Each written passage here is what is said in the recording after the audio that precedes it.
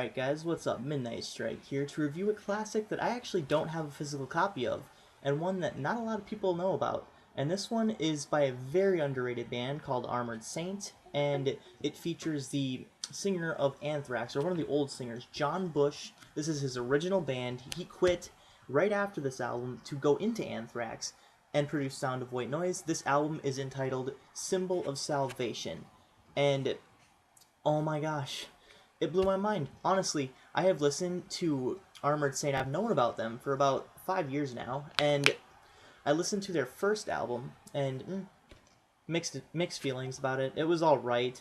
Listened to their newest album, didn't really like it that much. It was kind of average.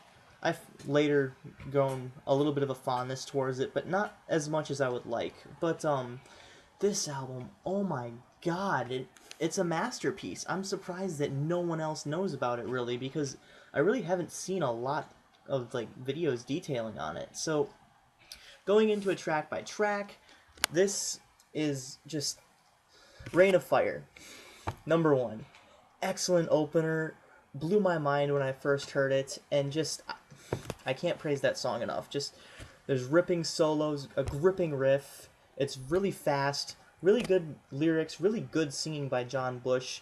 This is just absolutely perfect. I mean, John Bush's vocals in this song especially. This is more of a guitar-driven song, a riff-driven song. That riff is just superb. But especially the singing. The singing actually displays and portrays John Bush as a little bit more of like a higher register, higher key. Like, he sings a lot higher, maybe per, Joey Belladonna days a little bit.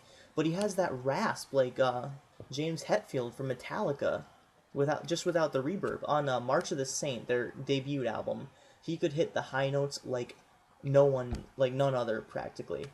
John Bush could. And nowadays, he really can't do that anymore, but he still has the rasp, he still has the grit in his voice, and he can sing very well.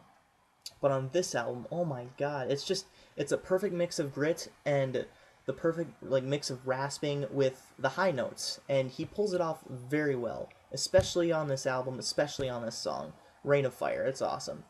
Track number 2 is another one of my favorites, Droppin' Like Flies. Again, this one has a little bit more of a guitar-driven riff to it, and I gotta say, I really like the chorus. It's a departure from the slower verse structure, and again, his voice is practically perfect in this song. But Last Train Home is number 3, and this one has a little bit more of a drawn-out chorus, and I don't know, the riff kind of defines it again, and excellent drumming, and this was, I believe, one of their singles off of the album, in addition to Rain of Fire. But the next one, Tribal Dance, has an odd opening, and the name fits very well, actually, because it does sound very tribal, very tribal. I really don't know how else to describe it, but then it just opens up, and it really reminds me of Sympathy for the Devil by Rolling Stones, so that intro. But then it opens up, and it blows your mind. It rocks out, and it gets a lot faster, actually, too. So, Another Day is the next song. It's track number 7, actually Half Drawn Bridge. I forgot about that. Half Drawn Bridge is a instrumental leading into Another Day. I sometimes count them as the same song because, well, Half Drawn Bridge is 1 minute and 20-some seconds long. So, minute 26, says my Windows Media Player. So, and then it goes into Another Day. This one's more of a ballad, more of a slow song. Gotta have some of those on a masterpiece album such as this. But, very good vocals, very good leads, very good structure, just awesome song. Symbol of Salvation, this one has a really, really great riff in it, and just the structure of it's perfect. Lyrics are kind of weak on this song, but it is a perfect title track for this album. Don't get me wrong.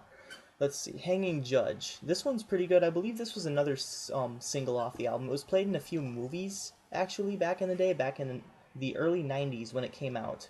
So, Warzone, this one is one of the faster ones. That beginning riff is really good, really just prevalent, and The leads in this song especially are really good. I believe this is one of the, like I said, one of the faster songs on the album. Really good. And Tainted Past, another good one. Burning Question actually comes before Tainted Past. This is another good song, and it's a faster one. So it's defined more by the rhythm guitar, though, in the beginning especially, in that riff. Just this is a very guitar-driven album. It's more heavy metal as opposed to the thrash that Anthrax is working with, but as defined as. But the next song, the last song, perfect closer, spineless, love it. 4 minutes and 17 seconds of just epic guitar-driven heavy metal to the max. I love this album. So, as for a final rating, probably give it actually um probably like 9.5 out of 10, something like that, 9.5. Yeah, sounds fair. But yeah, awesome album. If you haven't checked it out already, I strongly suggest that you do so, even if it's on YouTube, even if it's just, a few songs just to get you started on this band. Just awesome band. They're actually back together now that